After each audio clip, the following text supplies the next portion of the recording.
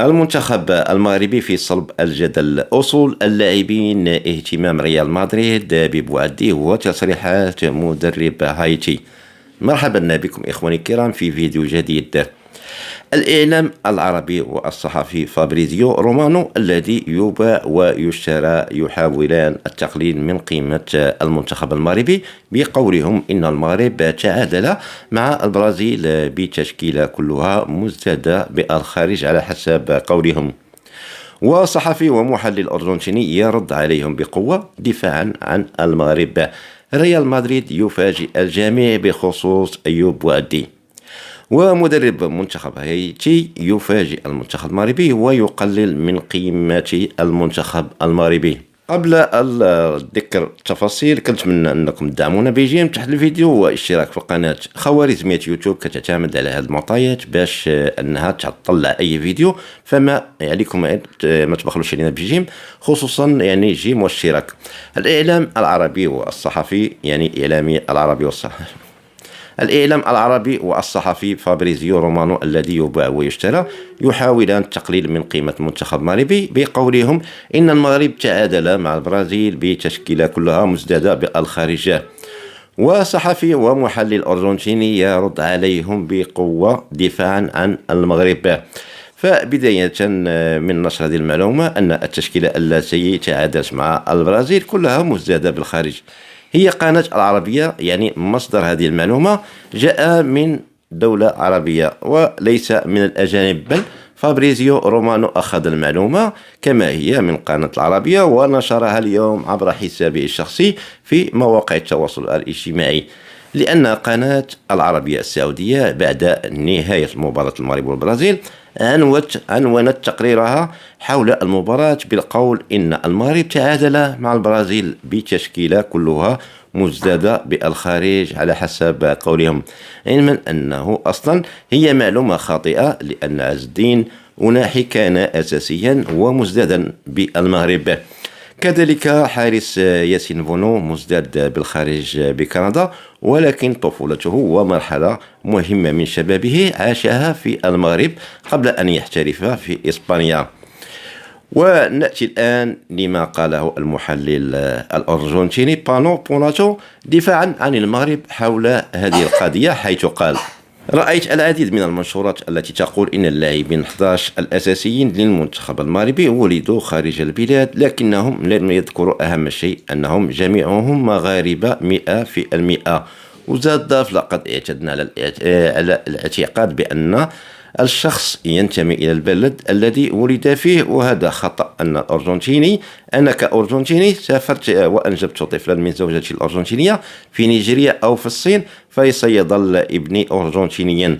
وزاد ضاف: وإذا ولد شخص إفريقي في إسبانيا كلاعب يامال فسيبقى إفريقيا دائما. صراحة رد مقنع ومهذب من هذا المحلل. لا ينبغي التنكر للجذور والأصول. صحيح أن اللاعبين لم يتنكروا لجذورهم وجاءوا لحمل قميص المنتخب المغربي، ولكن العرب ينعتونهم بأنهم أجانب مع كامل للأسف. وزاد ضاف: المغرب من بين المنتخبات القليلة التي تلعب بتشكيلة مكونة بنسبة 100% من أشخاص ينتمون إلى ثقافتها وهويتها.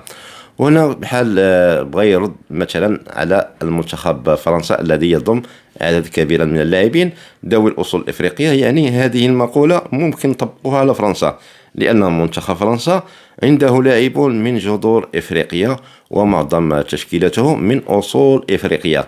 هذا ما قاله المحلل الأرجنتيني ردا على هذا الجدل المنتشر مؤخرا في منصات التواصل الاجتماعي، والذي يحاول من خلاله البعض التقليل من قيمة المنتخب المغربي، وكأنهم يقولون إن المغرب يشارك بلاعبين ليسوا مغاربة. لكن كما قال المحلل الأرجنتيني، واش مثلا شخص مغربي تزوج فتاة مغربي وعاشوا فتاة مغربية وعاشوا في أوروبا وولدوا ولد هناك، واش هناك الوالد ما كيتسماش مغربي؟ واش يتنكر للأصول ديالو؟ طبعا لا، ديما كيبقى مغربي 100%. ونفس الامر كينطبق على المصري والجزائري والتونسي والسعودي والعراقي اللي كيمشيو يعيشوا في اوروبا وكيولدوا ولاد تما، يعني وكيبقاو ولادهم اصولهم عربيه، الا اذا كان شي شخص يعني كيتنكر الاصول ديالو. وبالحديث عن العرب والحقد ديالهم والحسد للمغرب وكل ما هو مغربي يلمع، فكأس العرب الماضية المنتخب المغربي شارك يعني بماذا شارك بتشكيلته الثالثة لا الأولى في كأس العرب، عفوا الأولى ولا الثانية، ومع ذلك توج بكأس العرب ضد منتخبات عربية شاركت بمنتخباتها الأولى مثل السعودية والأردن في النهائي. يعني حتى بتشكيلتنا يعني الثالثة وإحنا أحسن منهم في البطولة ديالهم اللي هي بطولة كأس العرب. ريال مدريد يفاجئ الجميع بخصوص أيوب بوعدي، فهل سنشاهد أيوب بوعدي يحمل قميص نادي ريال مدريد هذا الصيف؟ الأمر وارد جدا. تقارير اليوم تتحدث عن كون نادي ريال مدريد دخل فعلا دائرة اهتمام أيوب بوعدي. الصحفي أبراهام روميريو أحد الصحفيين الموثوقين أكد أن نادي ريال مدريد وضع اسم أيوب بوعدي ضمن خياراته لتعزيز خط الوسط خلال سوق الانتقالات الصيفي الحالي. وفعلا إذا انتقل أيوب بوعدي إلى ريال مدريد سيجد مكانا في خط الوسط الريال الذي كان من بين أسباب خروجه لموسمين متتاليين بصفر لقب يعني. فالبعض يقول كيف لريال مدريد أن يهتم بلاعب فقط لأنه قدم مباراة كبيرة أمام المنتخب البرازيلي؟ كيف يمكن الحكم على لاعب من مباراة واحدة فقط؟ لكنهم لا يعلمون أن أيوب بوعدي قبل موسمين قدم مباراة كبيرة أمام ريال مدريد في دوري أبطال أوروبا حين فاز نادي ليل الفرنسي على ريال مدريد بهدف ل0 سنة 2024. يعني أن اللاعب أيوب بوعدي يعني ملي كانت عنده 16 سنة قدم مباراة كبيرة أمام ريال مدريد، ومنذ ذلك الحين وهو يلعب في أعلى مستوى مع نادي ليل، وأنه حتى الآن تخطى حاجز 100 مباراة بقميص نادي ليل في الاحتراف. تخيلوا اللاعب تجاوز 100 مباراة في الدوري الفرنسي ودوري أبطال أوروبا ويلعب في دوري الأبطال منذ سنة 2024. كما قلت قدم مباراة كبيرة أمام ريال مدريد في فوز ليل يعني بهدف ل0 في دور المجموعات من دوري الأبطال سنة 2024، وشارك حينها أساسيا وهو في سن 16 سنة فقط. فبالإضافة إلى ذلك فاز بجائزة أفضل لاعب في نادي ليل هذا الموسم، كما ينافس على جائزة جولدن بوي لأفضل لاعب شاب في العالم، ويتواجد حاليا ضمن أفضل الأسماء الشابة على الساحة العالمية.